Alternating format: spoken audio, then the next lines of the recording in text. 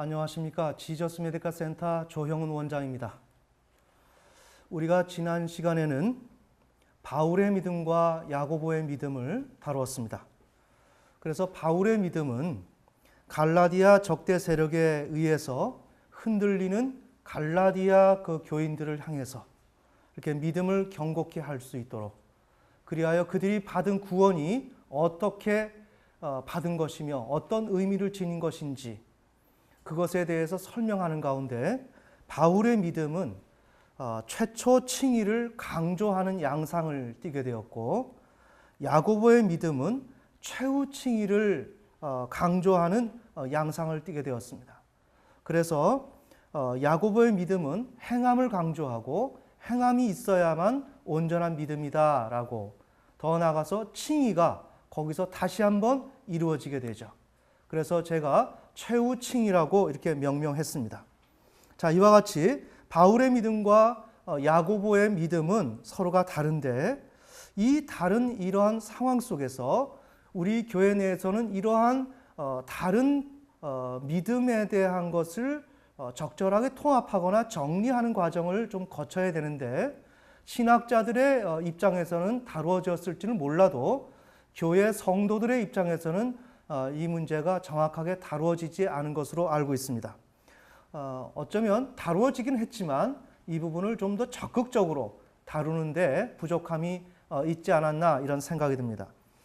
그런데 중요한 것은 오늘날의 신자들이 바울이 칭의를 특별히 강조하는 바울의 믿음에 관한 내용을 특별히 신경을 쓰고 거기에 중점을 둔다는 거죠. 오히려 야고보의 그 믿음, 행함을 강조하는 그 믿음에 대해서는 조금 불편한 느낌을 갖는 듯해요. 그리고 행함을 강조하고 행함으로 해야 된다라고 하니 상당히 부담을 느끼는 그런 양상을 보았습니다. 그래서 저는 이것이 왜 이럴까? 참 수상하다. 참 야릇하다. 왜 하나님의 백성이면, 말씀대로 따라 살기로 하는 사람들이라면 이제 행하는 것을 주저하지 말고 행하는 것이 내게 인생의 숙제가 되고 그것이 가장 중요한 문제가 되어야 하는데도 불구하고, 왜 결정적으로 하나님을 그렇게 잘 믿겠다고 하는 사람들에게 야고보의 믿음을 제시한 결과 그들은 어떤 반응을 보이는가? 그렇게 달갑지 않은 반응을 보인다는 것입니다. 이 말은 뭘까요? 행함이 그리 좋지 않더라는 것입니다. 즉, 우리는 하나님께 순종하는 것을 원하지 않는다는 것입니다. 우리는 어떻게 하면 간신히 구원을 받느냐, 내가 지옥 가지 않느냐가 중요한 것이지, 내가 하나님 앞에 어떤 행위를 해서 하나님 앞에 올바른 하나님의 백성이 되느냐에 그러한 초미의 관심사는 없다. 자, 이런 개념에 우리가 봤을 때, 그러면 오늘날 신자들이 바울의 믿음에 관계된, 칭의와 관계된 그러한 성경 구절을 왜 좋아할까? 그것은 자기가 행하기 싫어하는 것을, 그것에 대해서 타당성을 부여하기 위해서 애써서 바울이 말했던 그 성경 구절을 애써 사용한다. 그리고 태연하게 자기 자신은 무의식에서 이런 일들이 일어나기 때문에 모르고 자신은 열심히 신앙생활하는 사람처럼 생각을 하고 살아간다는 내용입니다. 자, 이러한 신앙생활은 모두가 거짓입니다. 즉, 야고보의 믿음대로 간다면 그에게는 행함이 없기 때문에 모두가 지옥 갑니다. 자, 하나님 앞에 우리는 이 문제를 엄격하게 다뤄가야 되는데, 하나님 앞에서 우리는 계속적으로 나의 변명과 나의 방어를 끊임없이 하나님의 말씀을 가지고 우리가 그렇게 해나가고 있습니다. 자, 그래서 이번 시간에는 바울의 믿음과 야고보의 믿음은 모두가 동일한 것이다. 지난 시간에 우리가 좀 덜 다뤘지만 바울의 믿음이 꼭 칭의만을 강조하는 것이 아니다. 바울의 믿음조차도 그 속에는 행함을 전제로 하고 있다. 둘 다 행함을 전제로 하고 있고 둘 다 참된 믿음을 갖기를 원하는 것인데, 바울은 갈라디아 적대 세력을 향해서 하나님 나라의 새로운 복음을 새롭게 전달하는 과정 속에서 칭의를 특별히 강조하게 되었고, 야고보는 신실하게 하나님을 믿어야 될 구원받은 신자들이 참된 신앙생활을 하지 못한 결과 그들에게 행함이 필요해서 행함을 강조하게 되었다. 그러나 둘 다 모두가 온전히 하나님 앞에 참된 믿음을 지녀야 되고, 그렇게 되면 저절로 행함이 나오게 된다. 이렇게 해서 온전한 하나님 나라의 백성으로서 자라나가기를 원하는 것이 두 분의 그 복음 가운데 젖어 있다라고 말씀드릴 수가 있습니다. 그러면 이번 시간에는 그에 대한 내용을 다시 한번 조금 간추리면서 정리해보는 시간을 갖고자 합니다. 자, 신앙이라는 것은 지난 시간 말씀드렸지만 예수 그리스도 안에서 일어난 하나님의 구원 사역에 대한 인간의 인식, 긍정, 수용, 결단이라는 과정을 통해서 응답해 나가는 행위가 신앙이다. 그래서 창세기 2장 17절, 선악을 알게 하는 나무는 먹지 마라. 하나님의 명령이 최초로 인간에게 떨어졌습니다. 그런데 너무나도 아쉽게 인간은 하나님의 명령을 받들지 못하고 순종하지 못하고 거역하고 말았습니다. 자, 이후로 인간의 삶에는 타락이 왔고 죄가 들어왔습니다. 인간은 결국 죽음에 처해지게 되었습니다. 자, 여기에서 우리는 최초 아담과 하와가 하나님을 온전히 믿었어야 합니다. 이렇게 우리에게 지금 현재 믿음의 가장 중요성은 뭔가? 창세기 2장 17절에 하나님께서 아담과 하와에게 명하셨던 말씀에 순종하기를 원하셨는데, 그렇게 순종할 수 있는 상태로 돌아가는 것이 우리의 목적이고 우리가 가야 할, 도달해야 될 지점이고, 바로 그러한 상태에 도달하는 것이 참된 신앙이다. 아멘. 네. 자, 이런 참된 신앙에 대해서 이미 서론에서 말씀드렸지만 크게 바울의 믿음과 야고보의 믿음이라고 명명했습니다. 자, 그런데 바울의 믿음과 야고보의 믿음은 목적은 다르고 의도가 달라서일 뿐이지 둘 다 행함을 전제로 하고 있고, 참된 믿음을 가진 자는 야고보서의 말씀처럼 참된 믿음을 가진 자는 그 안에 행함이 처음부터 동반하고 그 행함으로써 그 믿음을 온전케 한다라는 그 내용이 바울에게도 존재한다는 것입니다. 그런데 우리가 지난 시간에 살펴본 것은 우리 신자들이 바로 이와 같이 바울의 믿음과 야고보의 믿음을 통해서 믿음을 가장 궁극적으로 강조하고 있는 내용을 진정으로 잘 알고 참된 믿음의 삶을 살아가야 되는데, 우리 인간은 하나님의 말씀에 순종하는 것을 싫어하고, 그럼에도 불구하고 나는 신자라고 하는 딱지를 가지고서 옷을 입고서 교회는 부지런히 다니고 누구보다 기도 열심히 하고 누구보다 충성 많이 하고 열심히 하지만 그 속에는 사실 하나님 앞에 참된 믿음을 가지려고 하는 용의가 전혀 없는 사람이 한국교회 대다수의 사람들일 수 있다. 아멘. 네. 그런 가운데서 그 사람들이 주로 하는 방법은 뭔가? 바울이 칭의를 중점적으로 강조하기 위해서 사용되었던 이 믿음의 내용을 사용한다는 것입니다. 그것을 사용해서 자신을 방어하고 변호하는 쪽으로, 그러면서 자신은 무언가를 하는 쪽으로 하고 있는 것처럼 자신을 주장한다는 것입니다. 그리고 자신 안에서 만족을 합니다. 그러나 하나님의 입장에서 봤을 때는 진정으로 참된 믿음을 지녀야 되는데 그 믿음을 지니지 못했기 때문에 그 사람은 자기가 가지고 있는 그 믿음으로 자신을 구원할 수 없을 것이라는 것입니다. 아멘. 아멘.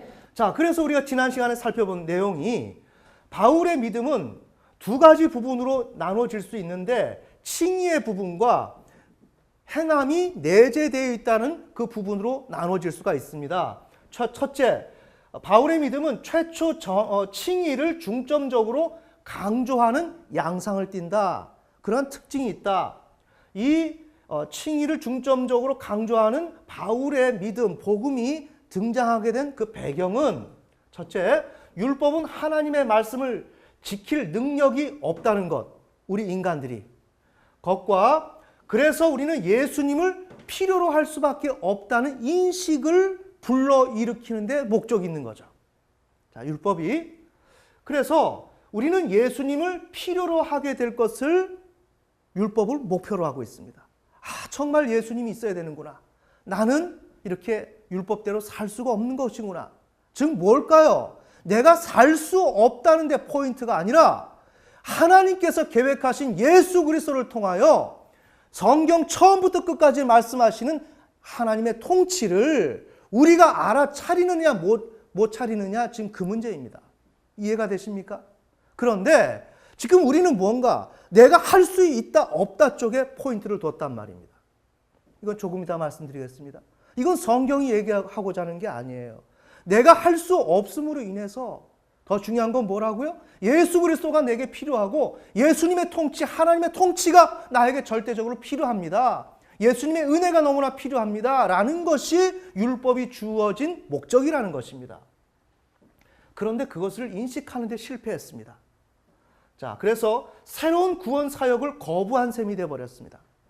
그래서 구약의 율법 준수를 통한 구원, 즉 율법의 유효성을 그들은 주장하고 있었습니다. 그들이 바로 예를 들자면 갈라디아의 적대 세력이었습니다. 이렇게 대적을 하고 있었습니다. 그런 상황 속에서 최초 칭의를 중점적으로 복음을 전달하는 데 있어서 이러한 방향성을 가지고, 목표를 가지고, 목적을 가지고 복음을 전달할 수밖에 없었다. 아멘. 여기에 사용된 성구가 갈라디아서 2장 16절, 사람이 의롭게 된다는 것은 율법의 행위에 있지 않고 오직 예수 그리스도를 믿는 믿음으로 된다. 바울이 이렇게 얘기한 것입니다. 자, 그런데 이러한 내용을 인간들은 우리는 어떻게 했는가? 오인을 했습니다. 이 오인 또한 우리의 심리적으로 보면 이걸 무의식 가운데 일부러 사용한 것입니다. 자, 원인이 뭔가? 갈라디아서 2장 16절이 어떤 목적과 의미로 말해진 것임을 알지 못했다 이거예요. 우리가 그렇지 않습니까? 우리가 사람이 의롭게 되는 것은 율법의 행위에 있지 않고 예수님을 믿는 믿음으로 되는 것이다 라고 얘기할 때 우리가 설교나 우리의 신앙에서 우리는 할 수 없다라고 얘기하잖아요. 그리고 믿음으로 된다고 얘기하지 않습니까? 지난 시간에 얘기했지만 이 내용은 그 내용이 아니라고요. 갈라디아 적대 세력을 향해서 복음의 정당성을 변증하는 차원에서 주장하고 설득하는 차원에서 이 성경 구절이 말해진 것이지 인간이 할 수 없다는 것을 얘기하는 것이 아니라는 거죠. 과거의 율법주의로 구원을 받는 그런 일들의 무효성을 이야기하고 있는 것이죠. 효과가 없다는 것을 얘기하는 것이죠. 아멘. 아멘. 그런데 그러한 목적을 몰랐다 이거예요. 그러면서 이렇게 오인을 하면서 어떻게 하는가? 스스로를 연약한 존재로 인식하는 인간이 자신의 나르시시즘 충족을 위해서 그 수단으로 갈라디아서 2장 16절의 말씀을 사용했다 이겁니다. 과거의 그 율법주의, 율법을 지킴으로 구원을 받는 이러한 논리가 아니라 여기서 이미 말씀드린 대로 예수님을 필요로 해서 예수님을 의지해서 인간은 살아가야 되고 그렇게 할 때 구원을 받는다라는 의미의 차원에서 율법의 행위로는 의롭게 될 수 없다는 이야기를 한 것인데 이것을 인간 스스로 자기 자신이 연약하다고 스스로가 규정하고 그래서 그러한 자기 자신의 충족을 위한 수단으로 이 말씀을 사용했다는 거예요. 뭘까요? 새로운 구원 사역을 거부하는 적대자를 향해서 설득을 위해 사용된 성구를 연약한 인간은 원래 행할 수 없는 것을 성경이 말해 놓은 것으로 오인했다는 것이에요. 정리되십니까? 나를 위해서. 난 연약해서 말씀에 순종할 수 없는데 나는 행할 수 없어. 나 원래. 그걸 성경이 알고서 말해 놓은 것으로 우리는 오인을 하고 그렇게 사용을 해요. 참 기가 막히죠. 그렇게 하면서 나는 계속 못한다고 하는 거예요. 내가 못한다고 하는 인간의 그 나르시즘, 죄악된 나르시즘을 충족시키는 용도로서 성경이 나를 알고 미리 적어놓은 것으로 오해를 한다는 거예요. 이 성경 구절은 그 의미가 아니라는 것이죠. 과거의 시대를 접고 이제 새로운 시대를 알리고 새로운 구원의 복음의 그 사역을 받아들이기를 원하는 그런 요청이에요. 아멘. 그 결과 오류가 발생이 돼요. 성화 과정의 필수 요소인 행위가 전면 거부가 되는 거예요. 우리의 삶 속에, 우리의 성화 과정 속에 행위가 얼마나 필요합니까? 행위대로 심판을 하시는데 이 행위를 이 성경 구절을 통해서 전적으로 거부를 해버립니다. 두 번째, 믿음을 나르시적 무책임한 인간이 무언가 하고 있음을 손가락질하기 위해서 손짓하기 위한 용도로 사용하는 것입니다.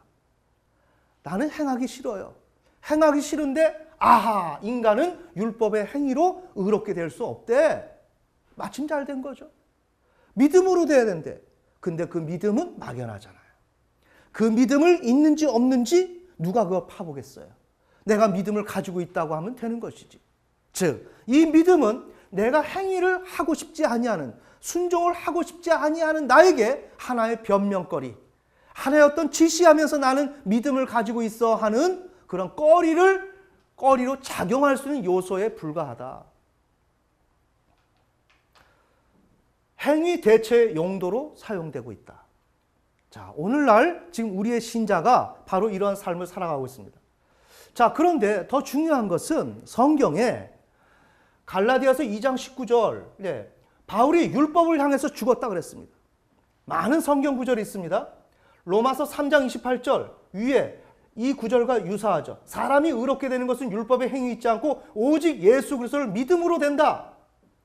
이러한 구절에서 믿음과 행위가 서로 배척하는 양상을 띱니다. 맞죠? 우리 성경에서 얼마나 믿음과 행위가 배척을 합니까? 그러한 양상을 띄는데 그 양상을 행위를 거부하기 위한 수단으로 사용하는 거예요. 이와 같이 믿음과 행위가 성경에서 계속 배척을 하고 있어요.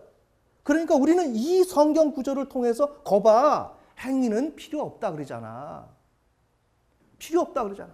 우리는 성경을 보면서 계속 행위를 우리는 거부한 것을 타당성을 이어받는 거예요. 타당하다는 거예요. 이 성경 구절을 우리가 읽으면서. 자, 오늘 우리 한국교회 행위가 뭐가 중요해요? 믿음으로 된다라고 얘기하면 그것이 다 옳은 말씀처럼 들리잖아요. 이해가 되시나요? 여기에는 우리는 하나님 말씀의 행위에 순종하고 싶어 하지 아니하는 의도성이 100% 깔려 있다는 내용입니다. 그래서 행하지 않습니다. 형식적인 믿음을 가지고 행함을 거부합니다. 믿음의 본래적인 삶을 살지 않습니다. 이렇게 하면서 우리 신자들은 하나님의 말씀대로 사는 것은 아주 멀어요. 말씀대로 산다는 것은 이미 우리의 사고가 이쪽으로 젖어 있기 때문에 이건 다시 한번 재고해 봐야 되고, 말씀대로 살기보다는 살기 위해서 노력하기 전에 이 논쟁을 하느라고 한평생을 보낼 수가 있어요. 왜? 우리는 그렇게 교육받았기 때문에. 믿음으로 하는 것이 어떻게 행함으로 되느냐? 이 땅에 의로운 사람이 의인이 한 명도 없다 그랬는데 어떻게 우리가 행할 수 있느냐? 먼저 이 얘기가 들어와요. 이해가 되십니까? 우리는 행할 수 없어. 누가 죄를 안 질 수가 없어. 인간은 다 죄를 져. 연약해서 죄를 져. 성경은 절대 그 얘기를 하지 않습니다. 죄를 질 수 있습니다. 죄를 질 수밖에 연약합니다. 그렇지만 피 흘리기까지 죄와 싸워서 우리는 하나님을 향해서 예수 그리스도를 닮아가는 그런 과정을 우리는 살아가야 되고 사투를 벌리면서 나아가야 하는 것이 신앙이다. 아멘. 네.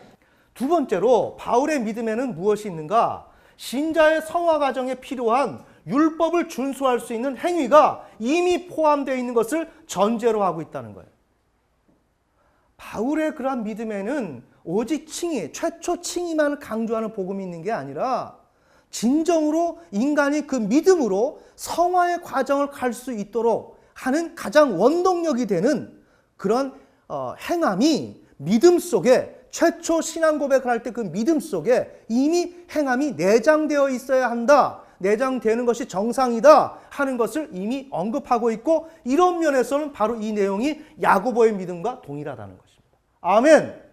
네. 예를 들어서 로마서 1장 5절, 16장 26절. 자, 여기에 보면 믿어 순종케 됨 이렇게 나옵니다. 자, 그러나 바울은 믿음의 결과 순종하게 된다는 이 내용을 거의 단 두 구절을 통해서 말하고 있습니다. 단 두 구절. 이건 뭘까요? 바울이 말했던 것 이미 말씀드렸지만 겉으로 행함을 강조해야 될 필요성의 수신자가 아니기 때문에 이 내용을 그렇게 강조하지 못했던 것뿐이지, 실은 서신서에 보면 이렇게 믿음과 순종, 행함이라고 하는 것이 같이 나온다 이거예요. 자, 그래서 이걸 믿어 순종케 됨이란 믿은 결과 순종할 수 있게 됨, 이 말이죠. 즉 믿은 결과 당연히 나타나야 할 표현으로서 순종 행위가 나타나게 된 것임, 그 말입니다. 자, 그 말은 뭘까요? 믿음과 행함은 서로를 전제하고 있음, 이거예요. 믿음과 행함은, 즉 믿음이 있으면 행위가 따르게 돼 있음. 또한 행위라는 결과가 있게 되면 믿음이라는 것이 선행하고 있는 것이다. 행위라는 결과가 있게 되면 말하지 않아도 그에게는 믿음이 있다는 거예요. 자, 바로 이와 같은 논리는 뭐예요? 바로 야고보의 믿음과 동일하죠. 믿음의 행함이 동반되어야만 의롭게 된다. 최초 아브라함이 믿음의 고백을 할 때 그때 행함이 있었다. 아멘. 네. 그 행함이 일해서 결국에는 그 행함이 일해서 믿음을 온전케 했다. 이게 야고보의 믿음이지 않습니까? 자, 이것과 로마서에서 또 갈라디아서 서신서에서 바울이 말했던 믿음은 동일하다. 지금 그 내용입니다.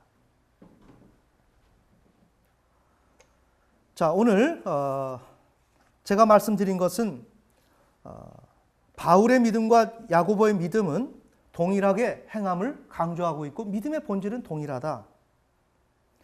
자, 그래서 우리는 이렇게 믿음의 본질은 동일하고 중요한 건 뭐예요? 우리에게 확실한 믿음이 있어야 참된 신앙생활을 할 수가 있다는 것입니다. 그래서 그 믿음으로 나아가라고 얘기하는 거예요. 그 믿음으로서 순종케 되라는 거예요. 진정으로 믿음으로써 행위가 저절로 나오라고 하는 거예요. 왜? 믿음 속에 행위가 있으니까. 그런데 우리는 그 일을 가지 않습니다. 이와 같이 순종을 실어서 바울이 최초 칭의를 중점적으로 강조했던 이러한 성경 구절을 인용해서 우리의 나르시즘 충족시키고 내가 행하기를 싫어하는 것을 어떻게 해요? 성경 구절을 통해서 타당성으로 입증받는 거예요. 오늘 이렇게 우리는 불순종하고 있는 것입니다. 그런데 오늘 우리가 다룬 내용에서 뭐예요? 우리는 여기에서 중요한 것은 믿음과 행함은 서로를 전제하는데 믿음이 있으면 행위가 따른다는 거예요. 즉 뭘까요? 믿음이 없으면서 행위를 만들 수는 없다는 것입니다. 믿음이 없는데 행위가 나올 수가 없다는 거예요. 믿음이 없지만 행위를 열심히 한다고 되는 문제가 아니라 더 나아가서 믿음으로 순종케 되는 것처럼 믿었기 때문에 행한 것이 의미가 있는 것이지 믿지도 않으면서 열심히 한 것은 의미가 없다는 거예요. 즉 행함이란 무엇일까요? 이삭을 바치는 거죠. 이삭을 바치는 것인데 이삭을 바치는 것이 행함인데 그 이삭을 바칠 수 있는 그런 것이 바로 믿음 속에 존재해야 된다는 것이에요. 아멘. 네. 그러니 내 마음속에 이삭을 바칠 수 있을 만큼 참된 의지와 솔직함과 순수함이 있어야 된다는 것입니다. 그것이 없다면 나는 그 믿음으로 나를 구원시킬 수가 없는 거예요. 나의 믿음으로 나를 구원을 시키는 것인데 내가 이삭을 바칠 수 있는 믿음이 전혀 없다 이겁니다. 그런데 우리가 지금 하고 있는 것은 이삭을 드릴 수 없고 이삭을 드릴 마음도 전혀 없는 사람들이 괜히 열심히 하는 척 한단 말이에요. 매우 열심히 신앙생활을 한다는 거예요. 사실 그 속에 찾아 들어가 보면 그런 결정과 그런 것에 대해서 당면해 보지 못한 사람들이에요. 이해가 되십니까? 믿음이란 무언가 하나님께서 우리를 부르셨는데 내 의지하고는 관계없이 하나님께서 나에게 생명을 바쳐라, 나에게 무언가를 요구하시면 거기에 대해서 주저하지 아니하고 나 자신을 포기하고 단번에 나아갈 수 있는 그런 것이 믿음이에요. 아멘. 네. 다시 말하면 나의 형편과 내 형편을 고려해 주어서 내 형편이 이해받고 내 형편도 무언가 수용되어지면서 해결되는 것이 신앙이 아니라 하나님 앞에 나의 모든 것이 아무런 이유와 어떤 항의도 할 수 없을 정도로 그것을 내가 하고야 말아야 되는 거, 하나님 말씀대로 순종해야 되는 거, 그래서 내가 망해져야 하는 거, 내가 죽어져야 하는 거, 내가 아무 쓸모 없어져야 하는 거, 내가 이러지도 못하고 저러지도 못하는 그 상태 속에서 나는 그것을 나의 현실을 바탕으로 내 입장에서 결정하는 것이 아니라 그럼에도 불구하고 하나님의 입장 속에서 내 문제를 다 처리해버리고 거기에서 울면서 주님을 따라가는 거. 아멘. 이것이 믿음이에요. 그런데 오늘 우리 속에 그 믿음이 있느냐 이거예요. 우리 속에. 우리는 아마 너무나 풍요로운 세상을 살고 있기 때문에 우리는 우리에게 뭔가 어려운 거, 피곤한 거, 무언가 조금 불편한 거, 이걸 가지고 내가 고통스럽다고 할 뿐이지 실은 이삭을 드린다면 나에게는 모든 게 무너진 것입니다. 여러분 자녀가 무엇을 해야 되는데 못한다고 생각해 보세요. 그것을 못 도와준다고 생각해 보세요. 그때 그 부모의 마음이 얼마나 쓰라리고 얼마나 처참하겠어요. 근데 그 자녀를 내가 칼로서 그 아이를 쳐서 죽여서 내장 다 꺼내고 불로 태워서 그걸 하나님 앞에 드려야 되는 거예요. 그 정도의 심각성, 그 정도의 무게중심으로 나아가는 것이 신앙이에요. 그때 내가 어디에 존재합니까? 나라고는 인생에 살 의미와 목적 없습니다. 그런 가운데 하나님께서 나를 부르셨는데 부르신 그 소명을 내가 내 생명, 목숨 다 바쳐서 그 뜻을 이루어 나가는 것, 이게 믿음입니다. 그 길을 누가 가고 있느냐 이거예요. 여러분들은 혹시 여러분이 하나님께서 여러분에게 주신 그 사명이 무엇입니까? 그 사명을 위해서 바울처럼 자신의 생명을 아끼지 아니하고 더 나아가서 예수님처럼 자신의 생명을 아끼지 아니하고 어떻게 그것을 투자하며 내던져버리고 하나님을 따라가고 있는 그 삶이 여러분 삶 가운데서 일어나고 있습니까? 일어나고 있습니까? 만약 그것이 없다면 여러분은 속된 말로 따로국밥이에요. 따로따로 노는 거예요. 하나님 앞에 일을 하고 있지만 하나님이 나에게 무엇을 원하는지도 모르고 그 일을 위해서 내 형편과 내 모든 것을 아랑곳하지 아니하고 하나님께서 명령하셨기 때문에 나는 이 일을 죽으나 사나 이루어야 된다. 끊임없이 내가 목에 뭐가 걸려서 그냥 나는 목이 끌려가는 그러한 신세로 억지 춘향으로 갈 수도 있는, 그럼에도 불구하고 나는 이 길을 가야 한다. 이런 길이 믿음이지, 그것이 행함이지, 그것이 아닌 단순히 내가 이웃을 돕고 단순히 교회에서 충성하고 내가 헌금을 하고 내가 남들보다 힘들게 어렵게 가정에서 무언가 일을 하고 헌신을 하고 이것이 이삭을 드리는 게 아니다. 아멘. 네. 다시 한번 말씀드립니다. 나의 목적과는 관계없이 하나님의 뜻 가운데서 나를 불러서 나는 그 길을 가야만 하고 그 일을 이루어야만 하고 그 뜻을 이루어야 할 때 그 일을 이루기 위해서 내가 나아가는 그 과정, 거기에서 온갖 슬픔과 좌절과 죽음이 도래하게 되는데 그것을 다 받아들이고 기쁨으로 주님 앞에 나를 바치고 나아가는 과정이 바로 신앙생활이라는 거예요. 이 사실이 여러분들한테 잘 적용되어서 하나님이 원하시는 참된 믿음이 여러분들한테 잘 내장되시기를 예수님의 이름으로 축원합니다.